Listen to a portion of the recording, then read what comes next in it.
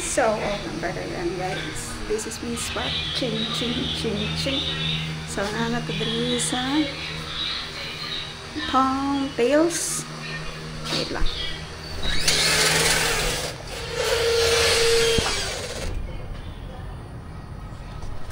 So, we are here in Palm Tails and tadiri kay nagpa-kuanta ni Kulit.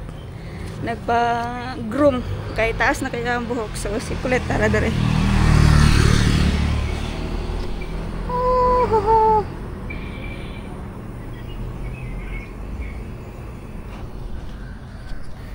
So, si Kulit diri. Nagpa-groom siya. Ipag-groom na mo siya kay hugaw na kayo siya ugnaong kay taas na po diyang buhok kay last na yung groom is last May katong nangadto mi og buhol. So karon gihulat lang namo siya kay layo kay ni siya naami sa Mactan dapit Deca Homes. So may motor tanawa loy kay no.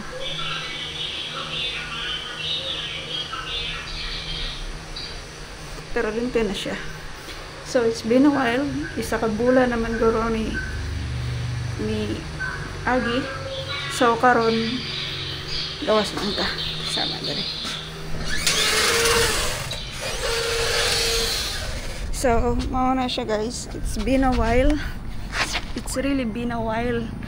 Kay mga pila naman jud ka bulan guro, mga isa ka buwan na jud sobra guro na wala ta naka tanay ko baho man gud sulod og kanang dog food. So nato diri gawas na lang ta. So nato diri nagpag-groom ta ni Kulit kay may pa siya na grooman jud, and so karon taas naman yung buhok.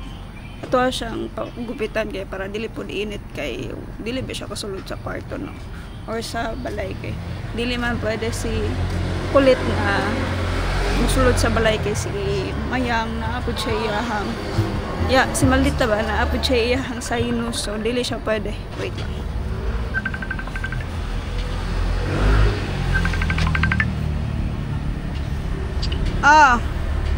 Musta man dira? Okay ra, nagkuha pa ko, nagvideo pa ko. Naligo si Kulit. Wala pa, kuanan pa siya, katan pa siya buhok daan. Kataon sa may magiging kat. Katurag yapon kitong karaan. Wala rin kanina kanang cute. Wala na gipalimpi lang. Anya, pila pa lang gupit. 600. Dali na ka nakatultol. Dali ra. Sige, bye. Sige, bye-bye. So, to siya. Nagkwanta diri kay para maputlan si Kulit. Balik no. So, mao na siya. It's been a while na naka-upload ta, and today is October 11, and yesterday naglinog sa Davao City, sa Davao no, pero dili siya sa center, dili sa city. So before atong 9 man guro, October 9 o ba, basta before sa Davao naglinog diri sa Bugo City kay ang iyahang magnitude is magnitude 6.9 daw or 7 ana siya ang iyahang kakusgon. So ang linog naabot gyud sa Lapu-Lapu City. Una-una mo unsa kalayo na lang gyud na siya. And then abot pa gyud sa Cebu City. So grabe gyud kayo ang linog karon, grabe gyud ang panghitabo karon sa kalibutan.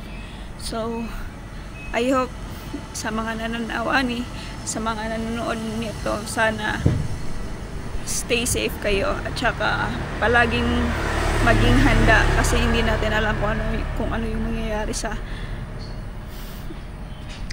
sa mundo, because whether you will like it or not, there will be something happen yun kahit saan pa yan. So keep safe, and ayun. So karon gitake na lang nako ni ang opportunity kay ganahan buntag kuan man mi Mayang ng grocery or na merkado ba. So mauna siya gitake na po na ko ni ang time kay si mayang magpakuan man siya, himo siya og lumpia gulay. So while nagkuan siya, nag-wrap siya sa lumpia, ako nagpa groom ko ni kulit. Dapat man ta sa Mactan New Town man unta ko magpagupit, pero full na manggod sila dito. And then kapoy na kayo balik ugma alas 9 pa. And then amo amang kung gusto na mahitabo is, or ako ang gusto mahitabo is si Malita, gusto man siya dito sa ilaha balay mag pundo kay naman dito yung mga pamangkin niya pag umangkon. So ako mabilin ako sa balay, mag-edit ko ani, and then tomorrow mag ligo-ligo mi ni kulit sa dagat at mi Cordoba. Dito ila ka dapit ila ka Telmo, dito mi mag ligo-ligo kay si kulit dugay na pud na siya, wala nakalaag kay gikapoy lagi ko. Mao na siya giingon ako na it's been a while. It's been very a while na nagkuan ko. Naghimo ko og video, naghimo ko og vlog kay kapoy dud ko amot lang. I'm feeling down that I cannot help myself to doom scroll na lang yun.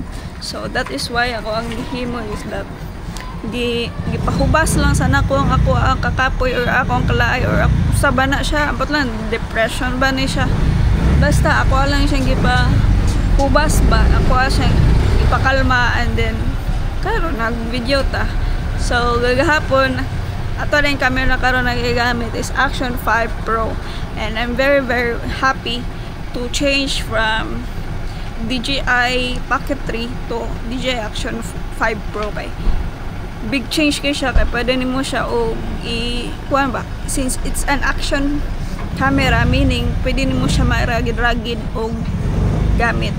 That is why happy kay ko kay gagahapon abi na kog makaadto mi og city ba, kay tawag ani lagi kanang magbayad mi og current og tubig, and then at the same time magpa-check up ni Maldita. And then since naglinog man na ang aftershock kay ma-feel good sa mga nasa building, grabe ang tawagan ni ang karatol sa mga tao kay kusog gyapon, ma-feel good nila ang mga aftershock. So ang gihimo kay gipauli ang mga bata na naa sa eskwelahan, ang mga naa sa mga commercial building, mga gaysano, mga yan gipa uli. So ang MCWD kay ang MC kay gipauli pud ang ilang mga employees kay para ikuan na pud ang building for safety. So a lot has happened this past few weeks. That is why na mana jud ko na always gyud ta maging prepare, always gyud ta maging mapagmatyag sa ato ang palibot. Let's be aware to the surroundings kung sa nahitabaw o labaw na sa mga news kay since sila man gyud ang naay mga capability na alam mo na mo kuha na to mo pa-alert sa ato na yan ani, like sa Davao gali nagkuan sa Davao or sa Leyte nagkuan sila, nag-tsunami alert. So muna siya after na ko na naibalaan to na ko, so nagpa-aware po ko sa ko ang kailan na naa sa Leyte na nag-tsunami alert dito sila ha. Even though maybe kabalo na siya, but kabalo na ka, let's be kuan po ka na share the infos. So mao lang na atong lagtawon si Kulit kung naunsa na si Kulit.